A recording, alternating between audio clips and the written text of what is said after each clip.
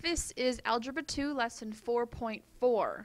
In this lesson, we're going to talk about a new transformation and a new function. So the function that we're introducing is the square root function.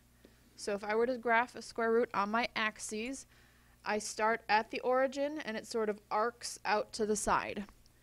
Now it actually is, because square and square root are opposites, we did the square in the previous lesson where that was a parabola. The square root is a parabola turned on its side, but you can only square root a positive, that's why it's just 1/2 of the parabola. It doesn't show the bottom half of it. Okay, so if I were to take that graph and put a negative in front, that actually would show the bottom half of that parabola. So these two put together, the top and the bottom, form that U shape turned on its side. If I'm looking at just the graphs in terms of reflections, the top graph flipped vertically or flipped down gives me the bottom graph. So this is a vertical reflection. If you want to use some other terms, flip down. So number 3 has the exact same starting graph, but if I were to put a negative inside the square root, it would actually flip backwards. It flips horizontally. That's a horizontal reflection. Flips sideways.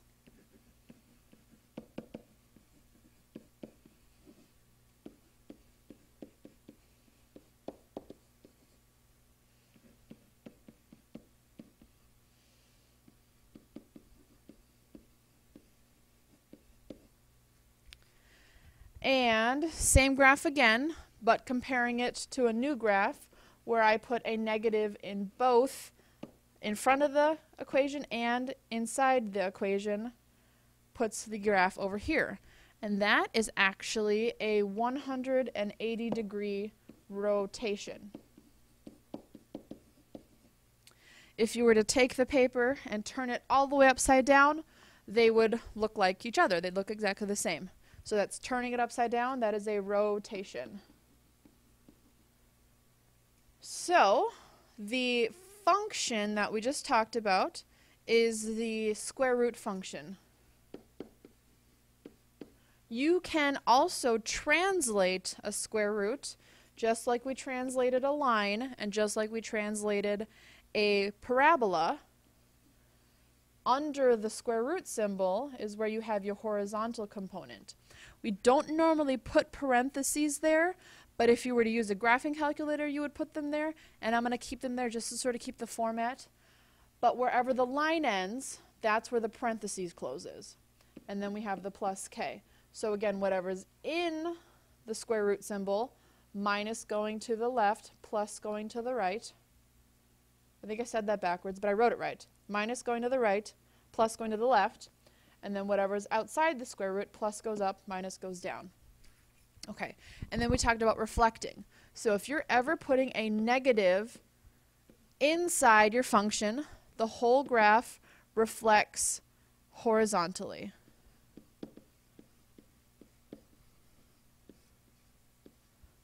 If you're putting a negative in front of your function, the whole graph reflects vertically. And if you're to put a negative in both locations, the whole graph rotates. And I'm using the letter F because you can do this with every function. You can do this with a parabola. If there's a negative in front of my x squared, the whole parabola will flip down. You can do this with a line. If there's a negative in front of my x there, the whole graph would flip this way instead of the original. And then obviously we had the square root on top. So any negative can go on any function, and you'll see different things. Okay, we got a couple of examples. Letter A says, let f of x equal x squared plus 1. Write an equation for a vertical reflection.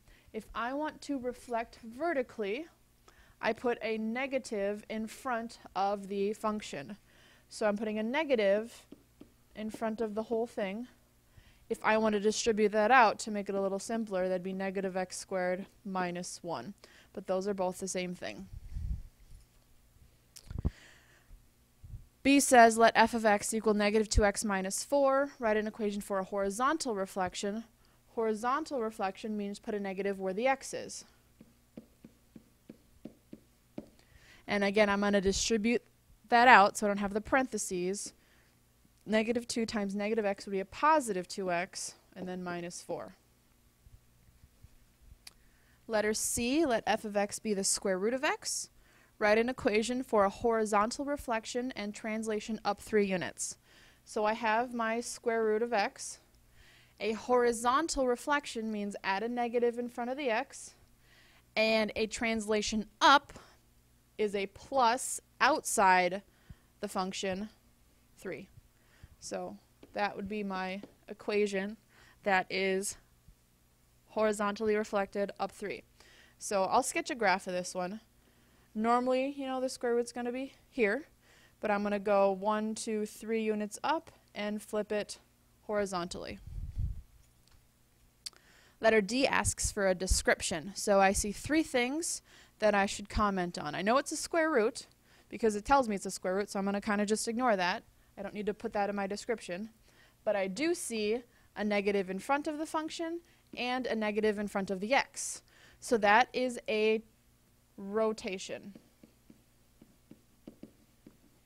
I see a plus 2 inside the function. That is going to be left 2. And I see a plus 3 outside of the function. That is going to be up 3. That is it for the notes. Good luck on the exercises, and please let me know if you have any questions.